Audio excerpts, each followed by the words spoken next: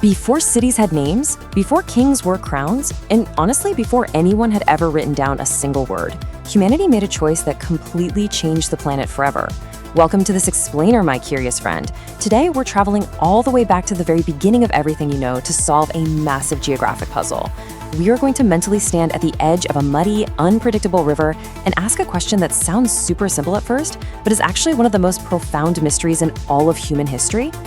So, here is that core mystery. Why did our ancestors choose flooding, often violent rivers, over, say, lush forests or safe mountaintops to build the very first cities?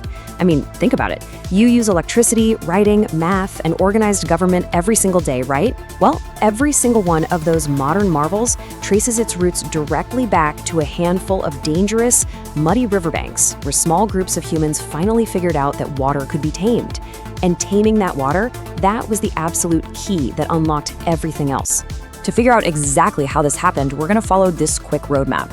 The core mystery, the river engine, the four great cradles, the civilizational blueprint, the dark side of these empires, and finally, modern echoes. Let's jump right in. Section 1, the core mystery. To really understand this, we have to look at the vast stretch of time where cities simply didn't exist. If you compressed the entire existence of our species into a single 24-hour day, cities would only show up in the last 30 minutes before midnight. For nearly the entire day, we were nomadic hunter-gatherers. Now, while that lifestyle actually came with a good bit of leisure time, it had a massive limitation: a strict natural population ceiling. You just cannot support tens of thousands of people in one place without a massive shift to deliberate agriculture. So, around 12,000 years ago, humans began actively farming. But here's the catch. Early domesticated crops like wheat and barley were incredibly thirsty. They demanded a constant, grueling amount of watering just to survive. Which brings us to Section 2, the river engine. You see, in ancient times, rainfall alone just wasn't reliable enough to guarantee a good harvest year after year. But nature had a workaround. It designed a completely free fertilizer delivery system, and it was powered purely by gravity. Here's how it works. As water flows down from the mountains, it violently erodes rock and soil.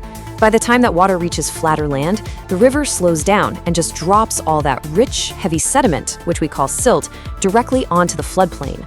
Year after year, like clockwork, these annual floods naturally replenished the soil's nutrients.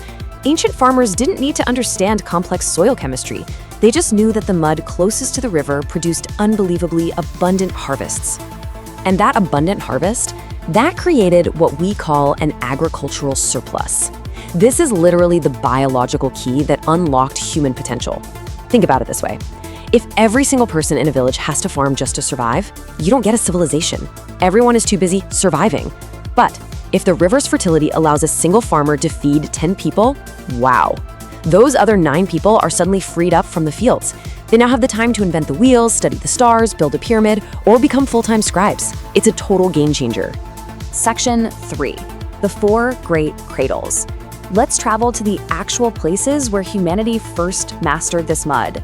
Across 4 totally distinct parts of the globe, ancient people leveraged their specific rivers to invent the foundational blocks of the modern world. Over in Mesopotamia, trapped between the wild Tigris and Euphrates, early societies gave us cuneiform writing and the base 60 math that's literally still ticking inside your clock right now.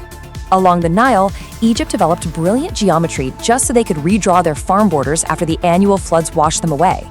Over in the Indus Valley, they used the Indus River to build spectacular grid cities with mind-blowing urban plumbing that wouldn't be rivaled for centuries.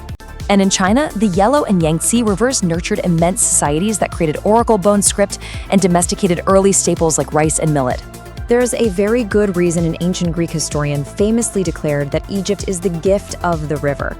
Unlike other violent, totally unpredictable waterways, the Nile, which is fed by Ethiopian monsoons, flooded almost perfectly on schedule. This incredible, gentle predictability meant Egyptian farmers could develop a flawless solar calendar. They basically synchronized their entire society, from planting tiny seeds to raising massive stone monuments, with the reliable rhythm of the water. And that rhythm generated over 3,000 years of unprecedented political stability. Moving on to Section 4, the civilizational blueprint. So how exactly do you organize 10,000 people to dig a massive canal? And what kind of society does that monumental effort actually create? Well, the historian Carl Wittfol theorized that managing complex water infrastructure directly necessitated powerful, centralized governments. Just imagine trying to dig a huge canal and then having to fairly distribute that water among thousands of competing farmers. It's a logistical nightmare. It requires intense social organization and absolute decision-making authority. Wittfol argued that this exact necessity gave rise to what he called hydraulic despotism, basically powerful kings and vast bureaucracies that controlled the water, and by extension, completely controlled the people. But there's another really fascinating perspective here called circumscription theory, brought forward by Robert Carneiro. Usually, if ancient humans didn't like their tribal leaders, they just pack up and move, right? But imagine being a farmer in the Nile Valley. You've got this beautiful strip of incredibly fertile land, but it is totally surrounded by miles and miles of deadly harsh desert. You are circumscribed. You literally cannot leave. Carneiro suggests that because frustrated or defeated groups couldn't just run away, they were forced to integrate into larger, increasingly powerful states to manage conflicts over that one limited strip of green land. Now, regardless of which theory you favor, what's absolutely amazing is that all of these independent civilizations converged on the exact same structural blueprint. They all developed writing, not to write beautiful poetry, but to obsessively account for their green surpluses. They all created complex religions tied to river gods, established super strict social hierarchies, and built monumental architecture to show off their organizational muscle. They even all invented advanced math for the exact same reason, to resurvey their valuable land after the seasonal floods erased all the borders. Section 5, the dark side. Because as an objective explainer of history, we have to look at the costs. It wasn't all just mathematical triumphs and beautiful pyramids.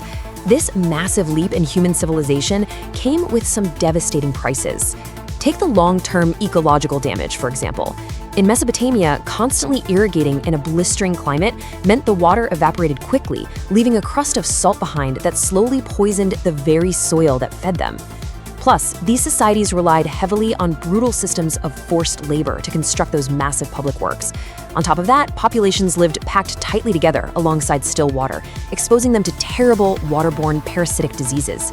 And as the Yellow River in China historically proved, earning the grim nickname China's Sorrow, a river that brings tremendous life can abruptly shift course, bringing catastrophic floods that literally wipe out entire cities overnight. Finally, Section 6, Modern Echoes. These ancient rivers are not just history, they are the active arteries of our world today. And the compression of time here is absolutely awe-inspiring. For almost our entire existence on this planet, we just wandered. Then, in the blink of a cosmic eye, we went from etching the very first clay tablets to using modern satellite archaeology.